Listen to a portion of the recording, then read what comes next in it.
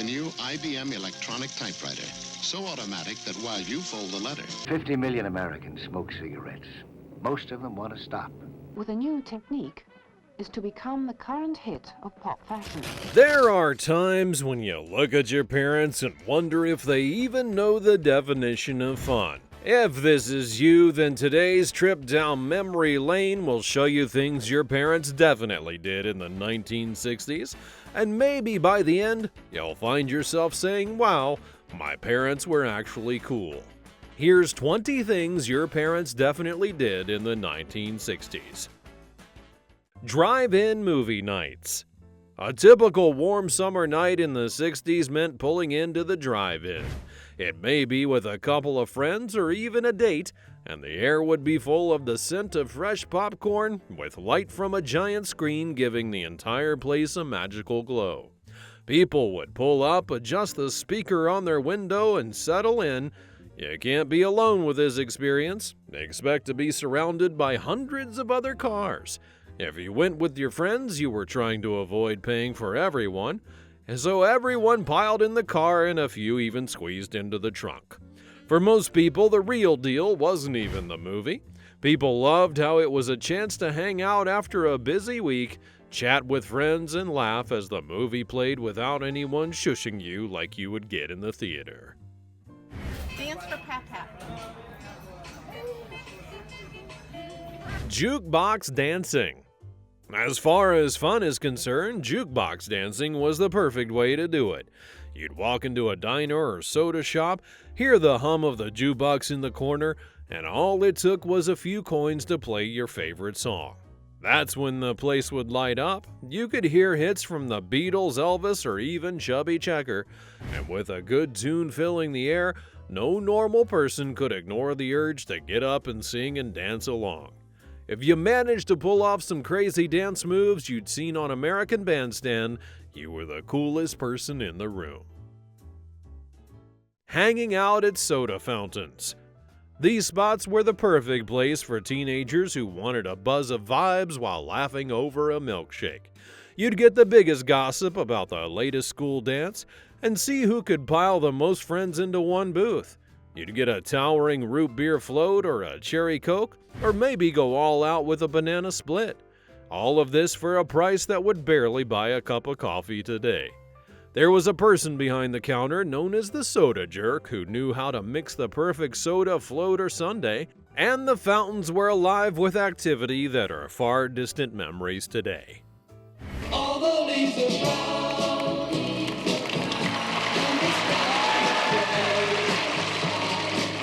Watching the Ed Sullivan Show.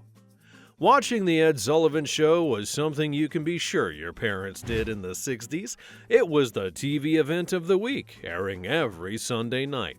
Families could crowd around their TVs to catch the latest episode. Many of us saw the Beatles and Elvis for the very first time. If you were on Ed Sullivan, it simply meant that you had officially made it. The frenzy that would follow you featured on the show was far beyond what any social media offers today. Kids would finish their homework early to make sure they didn't miss it. Parents would make sure dinner was done and cleared and everybody settled in. If you wanted to call a friend, you had to do it before the show started, because once it was on, nobody wanted to miss a moment. There were fish and flowers on the table. Is it real or a fake? Listening to vinyl records. Before we knew the generation of music lovers who had every song they wanted on their phones, there was the vinyl record. If you wanted to show someone you were a music fan, vinyl records had to do it. After spending a long time trying to make up your mind about which record to play, you'd slide it out of its sleeve, put it on the turntable, and drop the needle. As that warm crackle of static enveloped the audience, the entire house was rhythmically swaying along. People in that generation remember those moments, listening to soft ballads by Simon and Garfunkel, as well as the Rolling Stones, or treating oneself with the Supremes' engaging and energetic tones. If you think that sharing a Spotify link with your friends is the ultimate form of sociability within your group, You've clearly never had the experience of people coming over, everyone selecting a track, talking about the lyrics, and waiting until the record had to be flipped. Wearing go-go boots. Go-go boots are probably one of the most recognizable fashion trends from the 60s era. Typically extending to the knee, they often came in bright white or vivid colors, with a sturdy heel to accent each and every step. And a person became even more cool if they wore a miniskirt or a dress with them. You could safely say you would be the coolest person at the party. Watching the moon landing on TV. There's no better way to describe this experience than to be there. The time is July the 20th of 1969, and people are sitting in front of the television waiting for the unimaginable, the first humans landing on the moon. Every single person is focused on the black and white box, straining to hear distant voices of astronauts 250,000 miles away. Then, that's one small step for man, one giant leap for mankind, and Neil Armstrong declared, echoing into living rooms. It was a scene right out of a science fiction movie being played out in reality, as for the moon landing was concerned. It was the first time that human beings could go beyond the Earth and step into an entirely different world. Wearing bell-bottoms. By the late 1960s, these wide-flared pants were more like cultural movements. If your parents were young, they probably owned a pair. Pair them up with bright and flowy tops or a tie-dyed shirt and you were instantly part of the scene. They were the ultimate in 1960s cool, having that dramatic flair that caught the eye while adding a little extra to every step. Perfect for dancing, music festivals, or just hanging out. And when everyone got to Woodstock, bell-bottoms were practically the unofficial uniform. Participating in peace protests. The Vietnam War was at its peak in the late 60s, and rather than watch the news alone, people spilled into the streets to make themselves heard.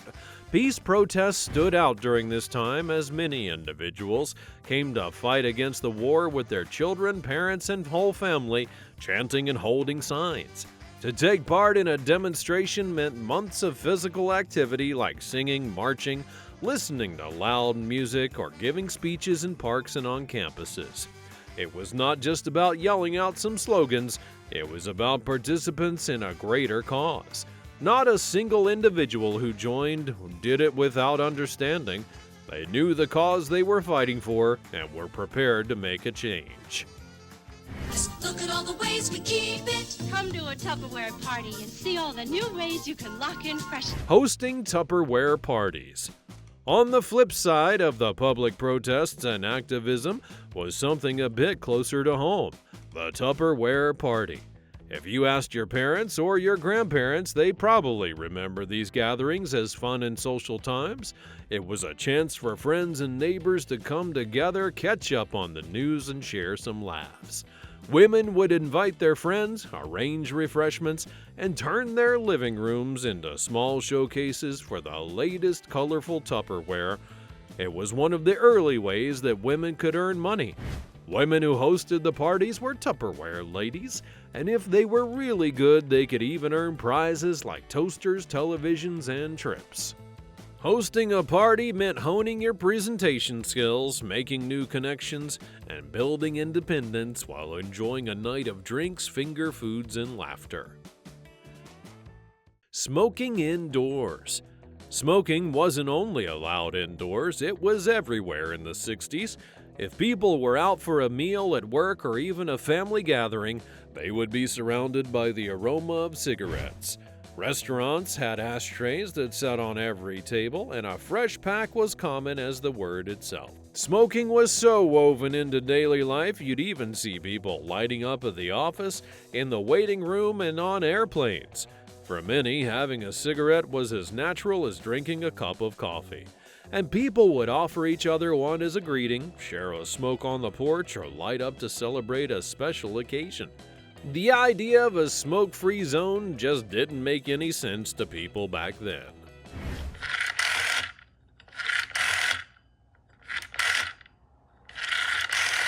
Using rotary phones.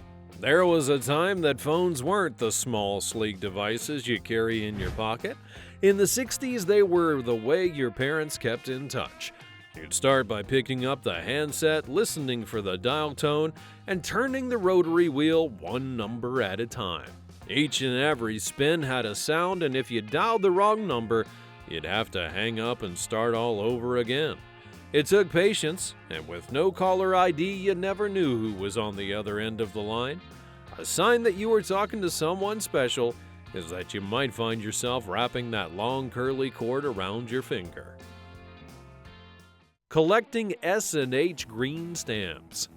Imagine grocery store shopping or filling up the car and getting a strip of stamps along with your receipt. These weren't just any kind of stamps, they were a currency of sorts, given as rewards with everyday purchases. Families could save them up, collecting them into booklets, and when enough of them were gathered, they'd be traded for all sorts of items. A wide range of products, from household appliances to toys, made it feel like a little bit of treasure hunting in everyday life. Kids loved to help put the stamps in the books because they knew that with each full booklet, they were one step closer to getting something exciting. Parents could browse and plan, deciding to save the stamps for a big item or redeem it for something smaller right away. Driving muscle cars. If your parents were fortunate enough to own or even ride in one of these iconic cars, they knew the thrill of the powerful engine and the feeling of the open road. When you're talking about muscle cars, you mean those like the Ford Mustang, Chevy Camaro, and Pontiac GTO. They had big engines, aggressive designs, and the low rumbling growl. They were all about speed, style, and the excitement of pushing the limits. Muscle cars were dream vehicles for many young people, and if your dad had one, it was his pride and joy. They took the driving experience to 10, whether it was cruising around town on a Friday night, picking up your friends, or going to the drive-in. For those who didn't own one, hearing that rumble pass by was enough to make your head turn and your heart race. Joining a commune. Communes were places where people came together to live as a collective unit, working side by side, sharing responsibilities, and embracing the ideals of peace, harmony, and unity. For some, it was a rebellion against mainstream society, a rejection of materialism, and an experiment in self-sufficiency. They were about living close to the earth with shared gardens, homemade meals, and togetherness, and people could wake up early to tend to the lamp, help with the cooking, or work on crafts that would sustain the community.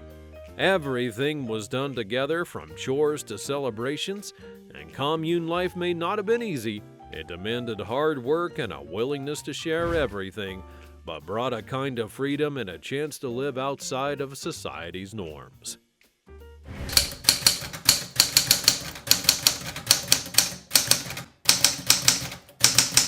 Using typewriters.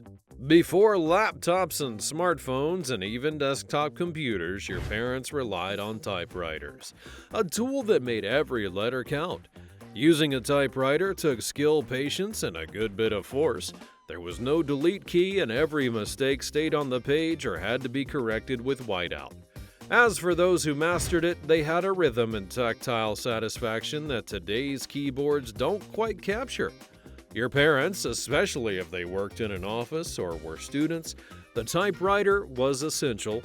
Typing meant sitting down with the intention and focus on each and every word, and if they were working on a big project, typing meant long hours, cramped fingers, and piles of paper stacked up. There was a sense of accomplishment, hearing the keys strike the page and feeling the weight of each letter as it appeared in ink. It made you think carefully about each and every sentence, knowing that every word was being physically impressed upon the page. Sending handwritten letters. Before emails and text messages, communication meant sending a handwritten letter. Sitting down with pen and paper and choosing each word, you'd express your thoughts, feelings, and stories, knowing that this single sheet of paper would travel miles to reach somebody you cared about. Sending a letter back then was like sending a piece of yourself. You would think about the person as you wrote, imagining their face as they read your words, and the anticipation of waiting days or even weeks for a reply would create excitement and longing that's hard to match in today's instant messaging world.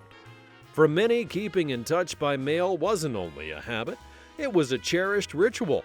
Letters would be saved, tucked away in drawers, serving as precious keepsakes that were full of memories, laughter, and sometimes pressed flowers or little drawings. Making Jell-O molds.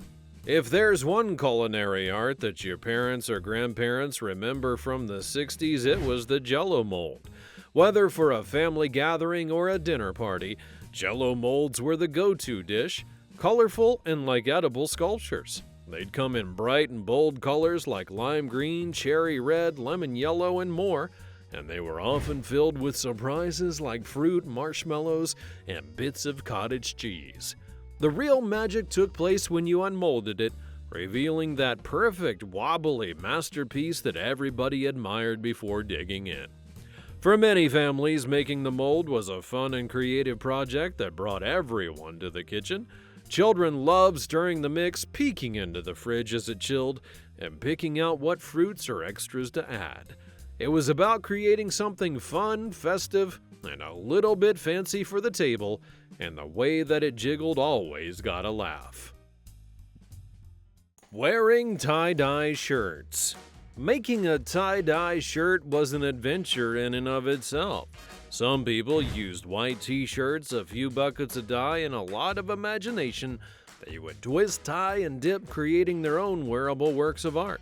Every shirt turned out different, each and every swirl, stripe, and burst of color, a unique pattern that couldn't be replicated.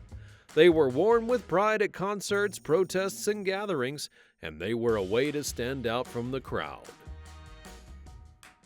Going to sock hops. Back in the day, sock hops were the place to be. People would head to their high school gymnasium on a Friday night, pull off their shoes to protect the floor, and join their friends on the dance floor in their socks and stockings. With a live DJ spinning the latest records, filling the room with rock and roll, everyone was ready to twist, jive, and let loose. From the jitterbug to the twist, everyone had their favorite moves, and the energy on the floor was contagious. For many, it was a chance to see their crush, hang out with their friends, and feel the thrill of the music.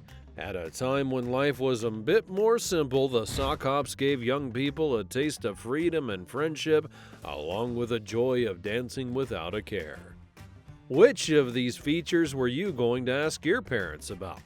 Be sure to subscribe to the channel so you never miss another great memory in the future. Like the video and leave a comment below. Thanks for watching, and I'll see you next time.